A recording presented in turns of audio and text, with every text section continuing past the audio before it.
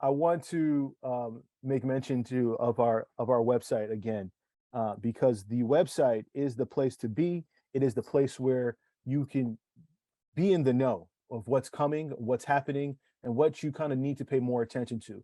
Like I said in the past, the media can create narratives for us, but it's our responsibility to create new narratives so that we can make sure that our people are being empowered, seeing themselves represented, and also creating language to use instead of taking what has been passed down to us.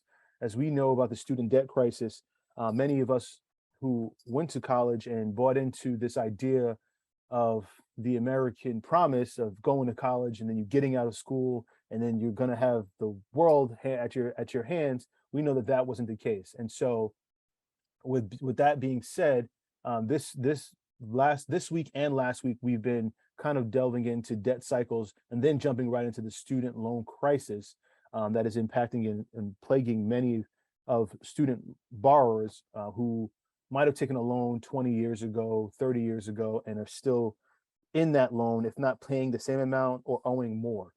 Um, so there is definitely a problem here, and it impacts our community. If you were tuned into orientation on Wednesday, our brothers went through a great, I forget the sister's name, but we went through a great topic, a great time to talk about ways to aid in that student debt crisis, things that we can do to, uh, in terms of following the policy, making sure we fill out our loan forgiveness applications. It got me motivated and excited to go look back at what I could do on the back end, considering I didn't qualify. I don't think I qualify for the Pell Grant reduction, as well as the student loan forgiveness for making a certain amount. But needless to say, whether we benefit or we don't benefit, it is still our responsibility as a community to stand for truth and justice. I'm going to say it again. It is our responsibility, whether we benefit or not, to stand for what's right. Because when we stand for what's right, we not only represent our brothers, our sisters, our families, and next generation to come, but we stand to take down the systemic injustices that plague our community.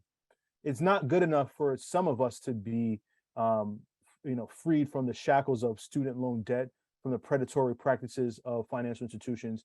The goal is to make sure that we all are relieved from the plague of oppression.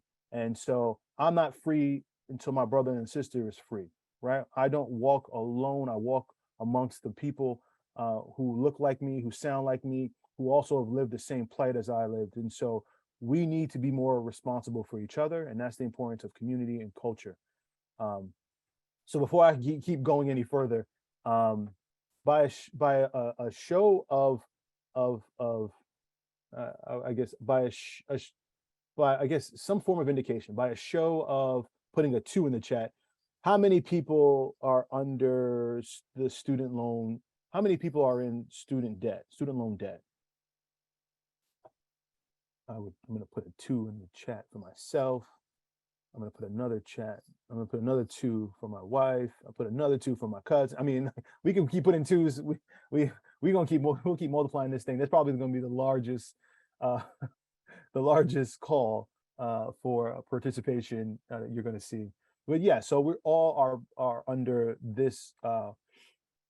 We all are under this system with respect to loan debt, and for some it's a crisis because some people are not only not able to afford a living, but also are sacrificing their livelihoods. Right? I'm a school counselor as well, and I hear time and time again that there are so many people who want to join the military so that they don't have to pay a student loan or take out a student loan or pay for college. Now, when you break that down and you think about it, we have people in this country who are risking their lives just so that they don't have to pay a student loan. Now that sounds crazy. And if someone would have said that to some of our brothers and sisters at the recruitment time, then they would have probably said, you know what, I'm gonna have to think of another way. Maybe entrepreneurship is gonna be a better path for me, right? But if you break it down, and shout out to everyone who has served in the armed services and whatever branch that you have served, we appreciate your commitment and your service in protecting all lives. But when someone has is someone's motivation primarily is to join the armed services just so they can avoid paying to go to college, that becomes an issue for me, right? Because now we're not giving, and plus everyone's not getting all the information. And so when we don't have all the information, we can't make the best educated decision. And so that becomes dangerous and very, very serious matter. And we need to make sure that we educate our next generation to know what's on the table, know what we can accomplish, and then to make a wise and much more educated decision, not only about what we're willing to do or how we're willing to serve, but whether or not we have set up a structure for our families and those who are coming, coming behind us, in terms of, going to, savings accounts, creating up, setting up, 529s, making sure we do all the things that we need to do. I see you got your hand up. Is that Sinray? Yes, it's Sinray. Sinray, yes, go ahead. You got it. How are you? Fine. How are you? How is everyone? Great afternoon. I had I think everybody I guess it depends on what financial position you're in when it comes to student loan debt. But when I took on student loan debt, like I had a direct purpose with it, So, my mom didn't have money to pay for college, but I knew I could have access to grants. And actually, that's probably the easiest funding to get. But I used it, I not only used it for school and went and made sure I got my degree on top of it the way I could use it. But I also used the money to fund,